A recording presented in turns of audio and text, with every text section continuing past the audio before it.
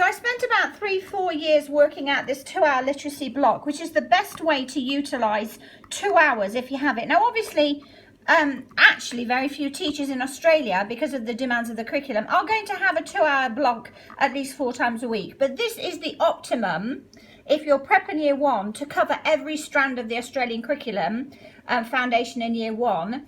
Using this 2-hour block, it covers every single strand, so you don't have to mix and match programs and what have you. That's your language, literacy and literature. And in phase 2, your phase 2 routine, your phase 2 routine will end if you can use SSP as intended and you don't start doing things like rotations and whatever. If you actually do it like this, then it means that by round about the end of year 1, round about the middle of year 1, you're going to be able to move the class from the phase 2 routine to the phase 3 routine. And that's what I'm getting a lot of questions about. So your phase 2 routine, where we start with speedy, set, solo, paired or group decoding, that's a particular SSP technique. Then they do their code level videos, which I'm going to show you. Then they do their 20-minute code level poster, which is your whole phonics poster. Think about the letters and sounds program or your UK phonics test or whatever. All the graphemes the children need to know, that's all covered here with their recognition, use, sentences, high frequency words and all sorts. Just a little mention, some organisations sort of put up the grapheme teaching order, and for some reason SSP seems to get missed off every time. But if you have a look in the shop, there's a free download, because there was one that looks like this where they actually missed off the SSP one. So I basically put it on the end to show the explicit teaching order of the graphemes, how we do it in SSP, but we don't do it like most phonics programs, as in the children don't, it's not whole class teaching, or we'll do these sounds this week, or week 1 is this, week 2 is this. Basically, it's a case of where did the children start, what is their starting point, what do they already know, and then they keep learning. So it's their own learning journey, so it's fully differentiated with every child learning through. It might be it's in the same order, but every child is working at their own pace. It's not whole class teaching. So we do that. This part really is your 30-minute phonics kind of thing. And then we've got your Speedy Spelling, which some people use for grades, 1 to 7 or whatever. As your whole school approach to spelling, explicit learning program. We have alternating comprehension and your writing for a purpose. And of course, we've got the other things that we fit in, like speech sound detective with inquiry learning, investigating environmental print, etc. And make sure that you're doing their 400 plus high frequency words that they cover in prep. The only way that we managed to get so much work done that the vast majority of children are working at the blue code level by the end of prep, if you're able to do it as intended, is because even though phonics programs might have these, it's the way we teach, it's the approach, it's the science of learning, it's the way that we actually do the activities. So you might look at phonics programs and say, oh well, they've got the same they've got the same graphemes in the program. Okay, but how are they teaching them to make sure that the children can not only recognize these in a phonics test and blend them together in a phonics test, whether it's a real word or a made-up word, using these graphemes, but are they actually using them in real books? Can they actually use them when they're actually writing? So actually comprehending and actually writing. So when we move up to phase 3, that's when they are out of this and this. So this goes. So all that happens is there's not suddenly a big swap, which is why it's so nice prep year 1, that it all transitions, it overflows nicely. Because what we want is that by the end of year 1, every child, other than if there's a genuine reason, like there's an intellectual impairment or the child doesn't attend school or what have you, that every child moves up to grade 2, no longer learning to read, they're now reading to learn. And that's important. A lot of people don't realize the difference between the learning to read and the reading to learn phase. So throughout primary, they're going to carry on with this, and this becomes just absolutely amazing. The work investigating words, etymology, morphology, all of the aspects of understanding how words work, spelling patterns, whatever. I saw something the other day, I think it was from Learning Differences Western Australia or something, and they had a scope and sequence for spelling, and it was funny because we looked on the year 4, 5, 6 stuff, is stuff that that the children in prep and year 1 are covering with an SSP, and that's down as a scope and sequence for just that the expectation is so low because of not being aware of how to actually teach in a way that every child can work through at their own level. It's fully differentiated. And it obviously makes a huge difference when the children are using monster mapping, code mapping, using SSP in preschool, because they're actually exploring a lot of the spelling, understanding words that I mentioned in this. There are various scope and sequences, and when I look at them, I think, oh my goodness, our 3 and 4 year olds are looking at that. So, like here, this child is reading the text. And when she comes to a word where she can see ED at the end of it, she's going to stop, use phonemic awareness, and work out what the E and the D represents in that word. These are 3 and 4 year olds. Children are so capable. Please don't limit what you think they're capable of doing. Change the teaching. Now, when children look at letters or graphemes, we'll say, what is that a picture of? And we mean, what does it represent? Which sound, which speech sound, which phoneme? What's it a picture of? It's a sound picture. I am off, said Dan. He ran and skipped. Stop. Skipped. That is a picture of So she's pointing to the grapheme, the letters ED. She's pointing to the ED in the T, that's the phoneme, the T spelling cloud. So she's pointing to ED and saying that is a picture of T, because in that particular word, that suffix is a representation of the phoneme T, but it's not in every word. Up the steps into the loft. He jumped. Stop. Jumped. That is a picture of into the old chest and hid. Come and get me, he yelled. Stop. Yelled. That is a picture of the. Rag and Liz Hunt's head. Stop.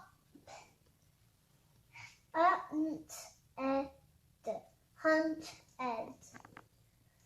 That is a picture of a silly shot and a bird. So she's discovered that in some words the ED actually isn't the ED aren't together. Those letters aren't together because the E represents the schwa and the D represents the D phoneme. So ud, think started, ud. So she's investigating the schwa there. Have a look at phonics programs. Some phonics programs don't even cover the schwa, but this child doesn't even start school till next year, and she's doing that now. For that, the kids sprint and stop.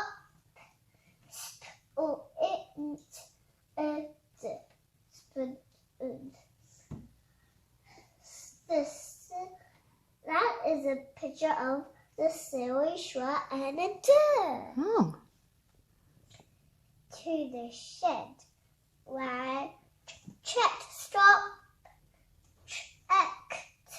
Checked. That is a picture of checked. That is a picture of Good girl. So what's special about SSP is not the what, because everybody knows what we've got to teach so that every child can read and spell independently and fluently. It's how quickly and making sure that every child is reading for pleasure confidently chapter books before they go into year 2. It changes everything. But our spelling is far more focused on explicit learning than explicit teaching. And if you're not sure of the difference, look at Anita Archer or whatever. Anyway, so when they've come to phase 3, middle of year 1, what you'll find is by certainly term 1 of term 1 of year 1 or term 2, is that a lot of the children have moved off this. So let me just show you the bit. But when they're moving off this, those children that have moved off this, there's a transition. Now, so let me just show you what that means. And the transition, once then the whole class has transitioned off, and that means that these are a lot longer. You have round about an hour to do your comprehension and an hour to do real writing. And this is essential. Actually letting the children write. You know, all this explicit teaching, I'm seeing far too little actually the children writing and doing ongoing projects and what have you, so the teachers can analyze the students writing. It's very difficult to analyze application of skills if you don't let them write. Okay, so let's have a look at this. So this is really simple. This is a straightforward, this is explicit learning. So the teacher, other than setting it up, hardly needs to be there. They're just going around observing and helping us where needed. Because makes you come very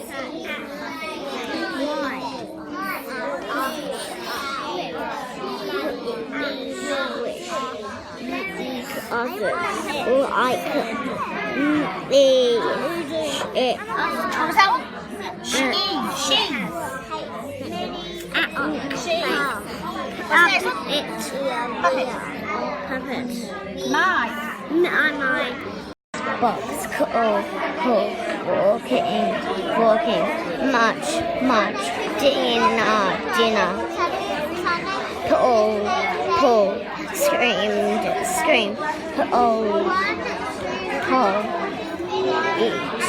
eat, kids,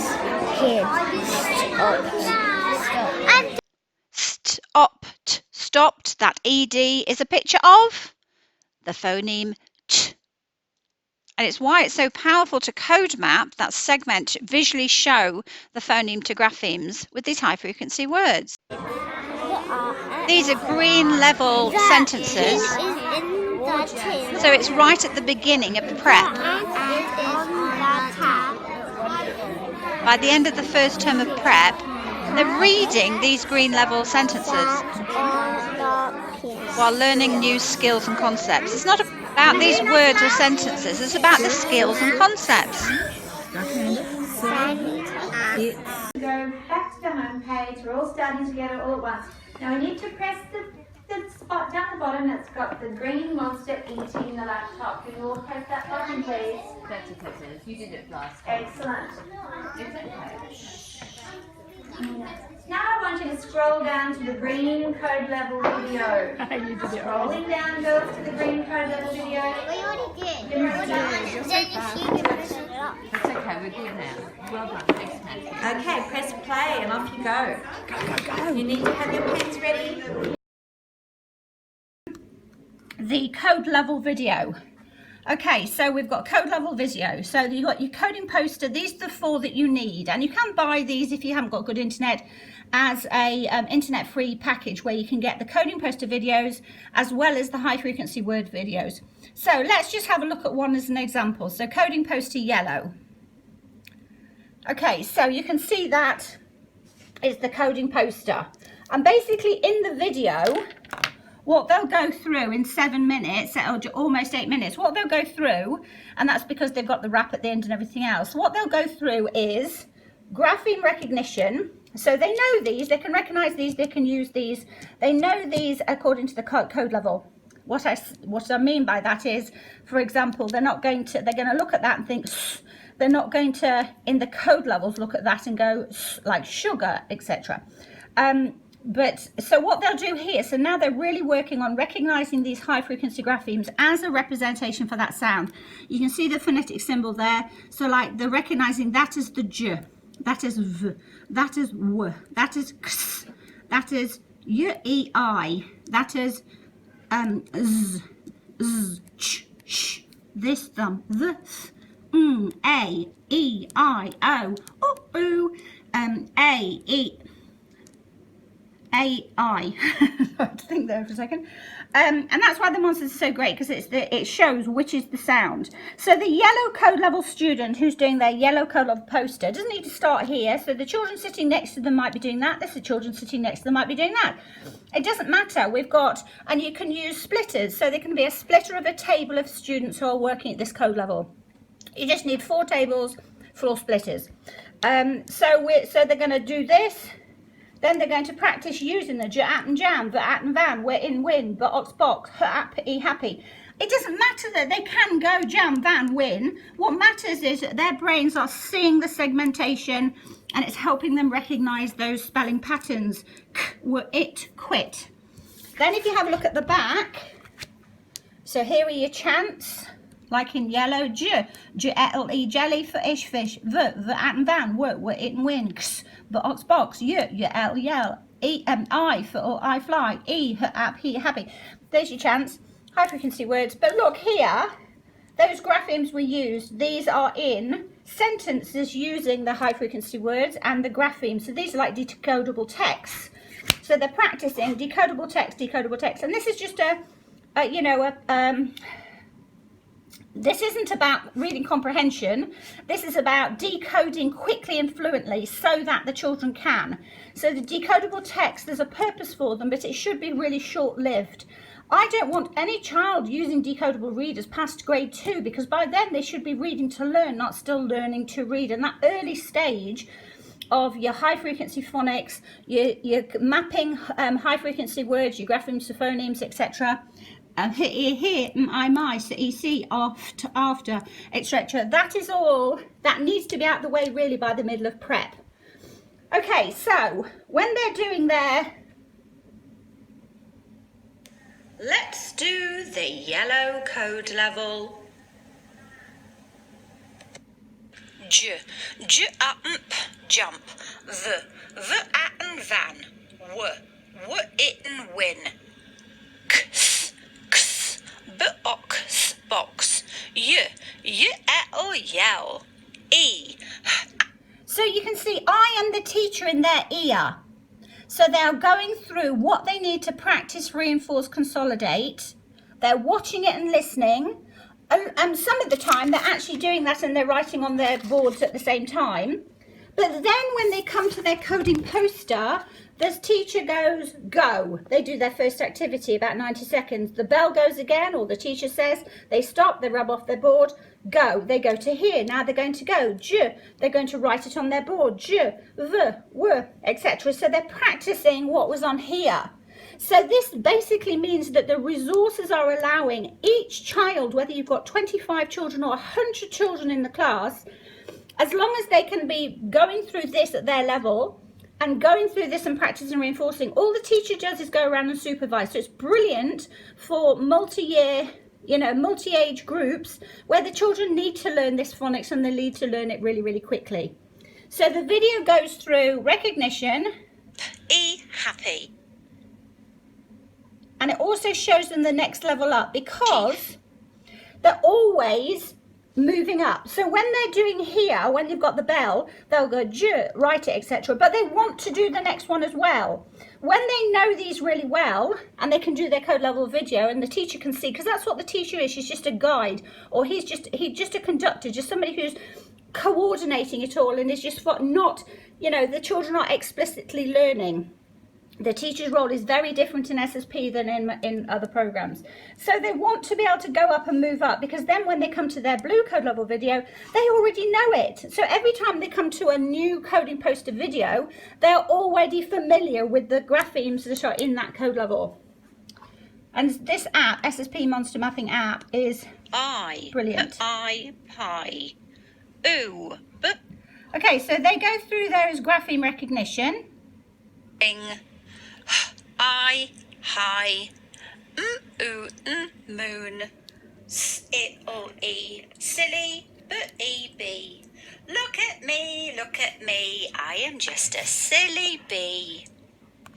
What it and e, windy, what it win. So they're segmenting and blending, seeing what they're doing. Then when they go to here, they do it on their own and the teacher is just supervising. And then, of course, it moves on to Pat giggles. He has a tip-top hat and is happy. Because when they come to these sentences, the duck is at the end of the big pond. Say it in a speaking voice, no robot voices. The kitten is fluffy and sits in the grass. The fat frog sits on the and then it goes to their rap. So it gives them a chance to hear me saying it, and then they've got to say it on their own. Thick, big, tick, lick, trick, truck, pow, ring, ting, ping. And you can see some children doing that. They absolutely love it. So they see how quickly they can do it, because they just haven't got time on this to do the time themselves doing the rap. So they just do it on there. Now go and do your coding poster. See you again tomorrow. Oops. Okay, so, and this is again why this is great for tutoring or home school, because the children follow that, they listen to me, they get used to my voice. I'm using British speech sounds. It's a lot easier for the brain to blend those English speech sounds into the word. So it's much easier for them to hear me going ant, and they say ants, even if they translate into ants when they're using a different phoneme. So it overcomes all the issues with accents. Okay, so what happens when they come to their coding poster? Like, for example, on this bit, supposing we were, right, so the child has got to the blue code level and they're finished. So you know the child can go ah, oh, ow, oh, oi, air, because they can look at those graphemes, say them, and they say the sound. So when you're extending them, you would do things like, the child would start on the phoneme and say, well, that's the sound R. Okay, what other sound picks do I know for the R sound? So think about their keyring. They might do it with the keyring, or they might do it without the keyring. It's up to them. So think about that R. So there's one for R. Well, what about all the others? So when they're transitioning, and you know that they can do those just basic graphemes, this is when, and this is why I said when I looked at this scope and sequence and it's saying, oh, by year 3, year 4, this is when they start to look at whatever. I'm thinking, no, this is when the children are doing this in the middle of year 1 with SSP, because of the activities. So R, so I know that's an R. Okay, so can the child, so they might go, okay, R, okay, so which are the other options for R? They might use the spelling cloud keyring, and every time they're looking at it, because there's an example word.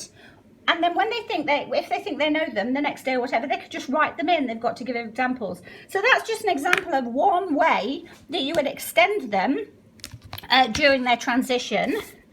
And then you might say something to them like, okay, when you come to your decodable words, I want you to find all of the words that have got the phoneme, and I want you to underline them, find them, and then I want you to write on your board the ones that are missing. So we've got ants, knits. Okay, we found that one. So let me find another one.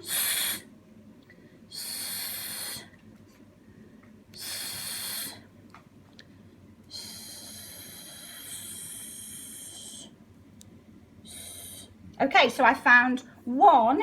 So I'm finding all of my options for the sound. The phonetic symbol still looks like that. So I've already got my like sat. I've already got my like in grass. I've already got my like in sense. Okay, which are the other ones? And then again, do they know them, or have a look at the keyring? Do they know all of those? Do you know all of those?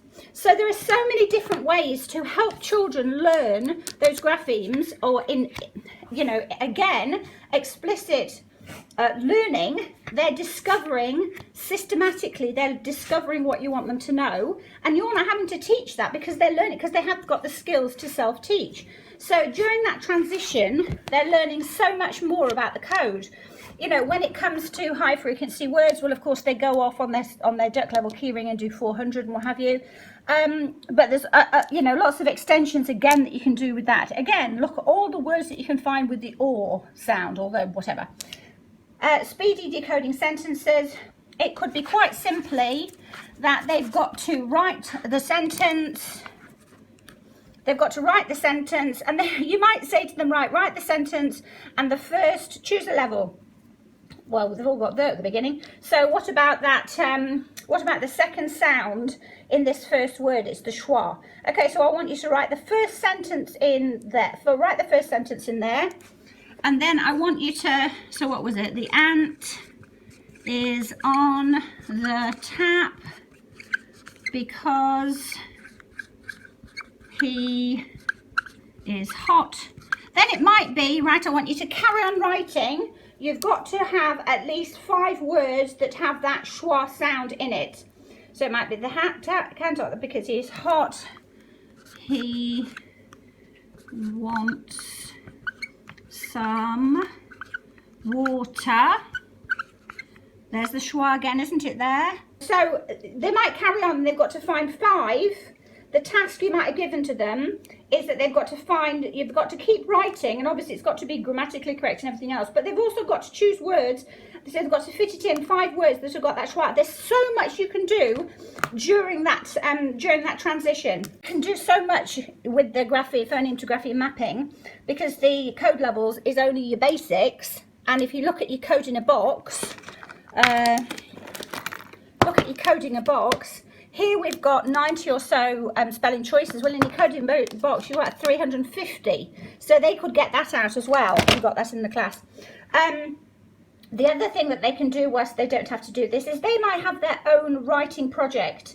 So whilst the children are doing that, they might be exploring something that they're really interested in, something that is meaningful to them. They can plan it out. They can write poems, write descriptive writing. They might write a report on something. They might be interested in climate change, whatever. But they're actually going to start creating their own project, which means they're going to plan it out, and you're going to help them with the editing as they go. Now, that's another point I want to say, that this part is so important. I say it over and over again, this writing. So we start off the rapid writing, but when we go to phase 3 and they've got more time, let them write. I've said this already, but please let them write, because this informs what the children are as a whole class kind of struggling to understand, and that's what you put in here. Now in here you're covering your things like your high frequency suffixes, prefixes, etc. But this Speedy 6 is based on just words that are meaningful to the class at that time, because they're going to discover patterns through the words. It's not the words that matter, it's the skills and concepts they understand through the words. So hopefully what you're understanding is that all of this is about an approach to teaching.